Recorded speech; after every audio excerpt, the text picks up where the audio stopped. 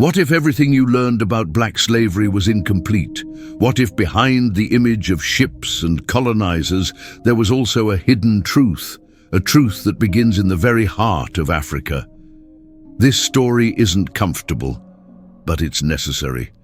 Because for far too long, talking about slavery meant pointing fingers outward and never looking inward. But ancestral pain cannot be healed with half-truths. In this video, you'll discover what many avoid saying: African kings who sold their own people, kingdoms that traded freedom for mirrors and gunpowder, and a web of commerce that began long before Europe ruled the seas. We're going to expose the silence, dismantle historical denial, and understand why this omission still weighs so heavily on black identity. Get ready. This journey will challenge everything you thought you knew. Because the real question isn't just who enslaved, but who allowed it to begin. In the vast lands of West Africa, centuries before slave ships crossed the seas, breathtaking empires were flourishing. Mali, Ghana, Songhai, Benin, and Dahomey weren't just names lost to time. They were vibrant centers of wealth, culture, and power. Gold sparkled in the hands of kings, salt was currency, and agriculture fed the masses. Each palace told stories of glory, but also of internal domination. Because yes, back then, being captured in war was almost a sentence to servitude. And although this was different from transatlantic slavery, it already left deep marks on Africa's history. Kings were treated like gods, and their decisions carried divine weight. In the villages, a captive wasn't just a person. They were a symbol of power gained in battle. Traditional African slavery was internal, limited, and often more symbolic than cruel. But there was war, and where there is war, there is capture.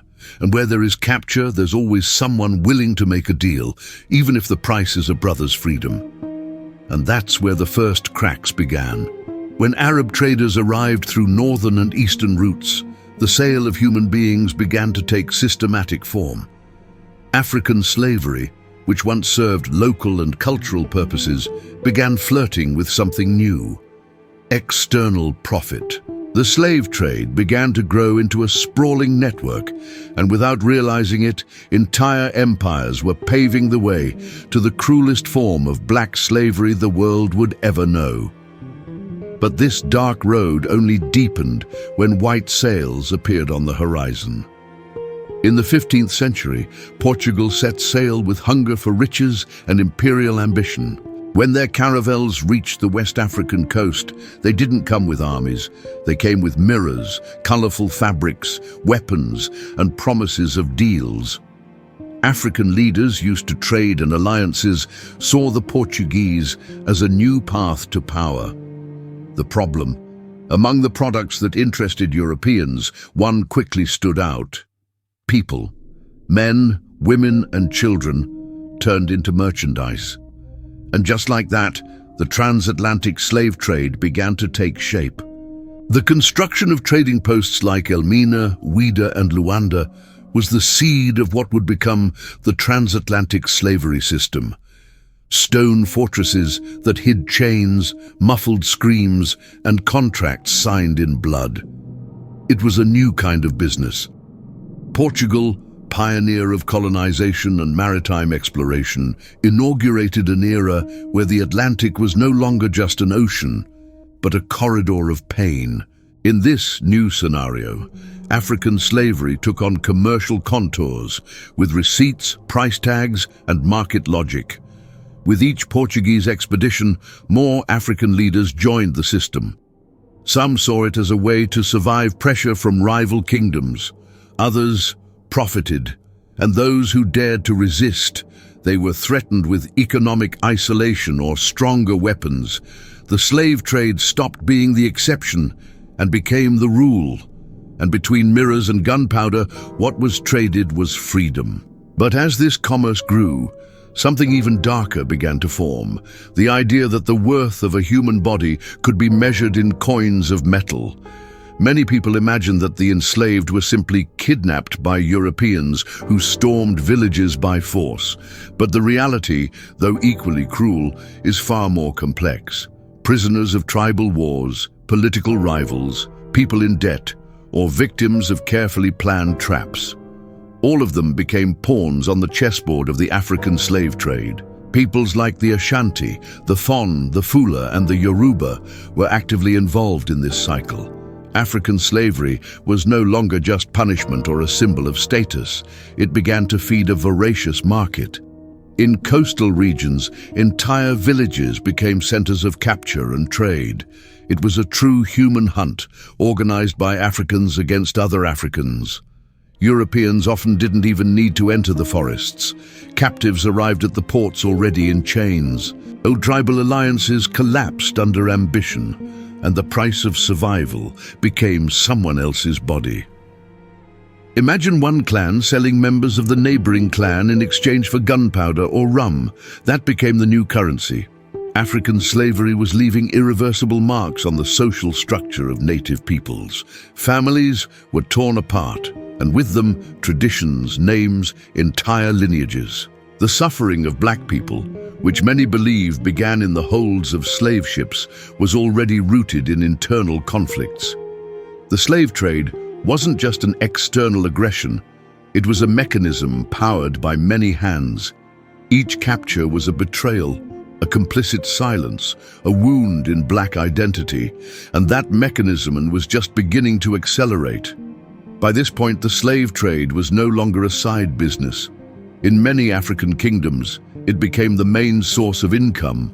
The more slaves were sold, the more European weapons arrived. And the more weapons, the more wars. And the more wars, the more captives. It was a vicious cycle, fueled by the logic of profit. African slavery was turning into a bloody industry. And you didn't need a degree in economics to see that what was being built was a brutal system, where pain became currency. African kings built palaces with golden roofs, while neighboring villages were destroyed and their people caged. The elite, growing ever wealthier, became increasingly distant from the people, who silently paid the price for their opulence. In many of these kingdoms, being born into status was a privilege. But being born poor meant living under constant threat of becoming an export product. Young men aspired to be human hunters, and this was celebrated. Ancestral values of community and reciprocity were being replaced by greed and fear. While European colonizers built ports and fortresses, some African leaders raised walls, not to protect their people, but to block out the screams of those being sold. It was a time when alliances were sealed with blood, and freedom cost more than gold. But what they didn't know, or pretended not to know, was the cruel fate that awaited their own brothers on the other side of the ocean. A fate that not even African kings could escape forever. When an African was captured, the horror didn't end there. It was only the beginning. Many were forced to walk for days, sometimes weeks, to the ports with chains on their ankles and necks. The scorching heat, the thirst, the open wounds, and the fear of an unknown destiny. When they arrived at trading posts like Elmina, Luanda, or Ouida, they were stacked like merchandise awaiting shipment. And when they finally entered the slave ships, hell took on a new name, the hold. The hold of a slave ship was a floating tomb, men chained side by side with no room to move. The smell of vomit, feces, blood, and despair mixed with the muffled sounds of crying, praying, and stifled screams. Many died on the journey, others wished they had. Enslaved women suffered constant abuse, marked by both physical and psychological pain. And the children, sold as exotic novelties or trained to serve as pets for the European elite. Enslaved childhood was one of the deepest wounds of this tragedy. The Atlantic became a cemetery, and every drop of water hid untold stories. Stories that began on African soil, often with a neighbor betraying another, or a king selling his prisoner. African slavery, once a local trade, now crossed oceans. But the question that still echoed between the groans in the shipholds was, how was all of this possible? And why, even today, do so many still refuse to look at this truth with open eyes? For a long time, the history of African slavery was told in a one-sided way. In school books, the narrative was simple: evil Europeans, innocent Africans. But the truth, oh, the truth, has always been far more uncomfortable. Within Africa itself, there is silence, unease, even shame. Many avoid this chapter like someone avoiding a mirror, because facing the truth takes courage, and saying that some African leaders were complicit in black slavery is like pressing on a wound that's still open. This historical silence has serious consequences. Without it, it would be easier to promote reparation, remembrance, and justice. But when the past is denied, the present becomes confused. Black identity needs truth to grow strong, not filtered narratives. Admitting there was complicity doesn't weaken the pain, it strengthens understanding. And only when we recognize all sides of black suffering can we begin to heal the ancestral pain that carries echoes of sorrow, guilt, and denial. Some say that bringing up this topic is blaming the victims. But anyone who says that still doesn't understand the power of historical maturity. African slavery wasn't just a tragedy imposed. It was, in part, a tragedy allowed. And if we keep avoiding this conversation, we'll stay trapped in a shallow version of reality. But the time has come to break the silence, to open the chest of hidden truths, because the next question is the hardest of all. What do we do with this truth? Facing the truth hurts, but it also frees. African slavery isn't a story of black and white. It's a tangle of choices, pacts, silences, and survival. African reconciliation begins with recognition. There were victims, but there were also accomplices, and that takes emotional and historical maturity. It's not about dividing blame, it's about adding awareness, because without memory, there's no identity. And without identity, there's no future. Black slavery, in all its complexity, is still a mirror many refuse to look into. True reparation starts from the inside out. It's not enough to point fingers at European colonizers and wait for justice in the form of compensation. Historical justice is also an internal process of healing, of rebuilding narratives, of valuing black culture and self-worth.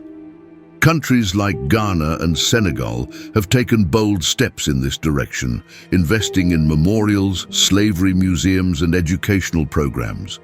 It's as if they're saying, we remember, and that's how we move forward. Education is an act of resistance. And in times of structural racism, historical denial, and erased identities, remembering is revolutionary. Black suffering can no longer be reduced to chains and whips. It needs to be translated into action, policy, books, art, and respect. And for that to happen, the first question must be asked honestly. Now that we know the truth, what exactly are we willing to do with it? For centuries, we were taught that black slavery began with the European, that the villain had a name, a flag, and an accent. But the truth, as uncomfortable as it is something else entirely. It started long before that, when humanity began trading dignity as if it were merchandise. African slavery didn't begin with chains. It began with agreements, with silence, with choices made by kings and tribal chiefs who traded freedom for power. To ignore that is like tearing out half a book and pretending the story is complete.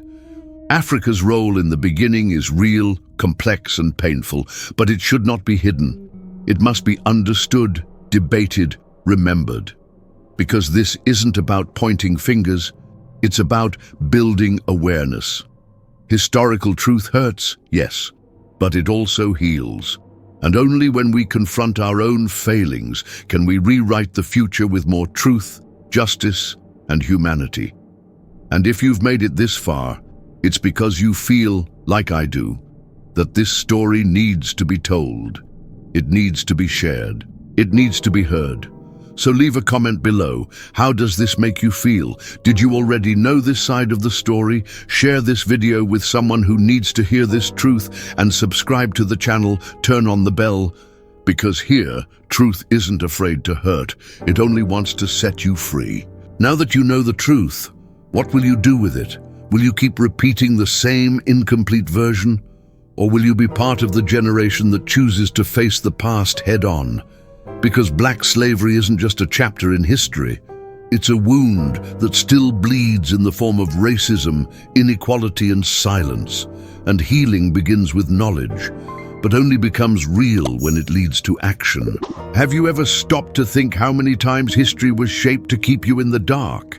How many sweetened versions covered up the blood, the choices, the pacts? So tell me in the comments, what shocked you the most in this video? What hurt the most to learn? And what do you think still needs to be said? Let's turn this space into a place of listening, exchange, and awareness. And of course, if you believe the truth must be told, even when it hurts, subscribe to the channel, turn on notifications, and share this video with someone who needs to open their eyes. Because here, silence has no place, and knowledge is the greatest form of justice we can offer.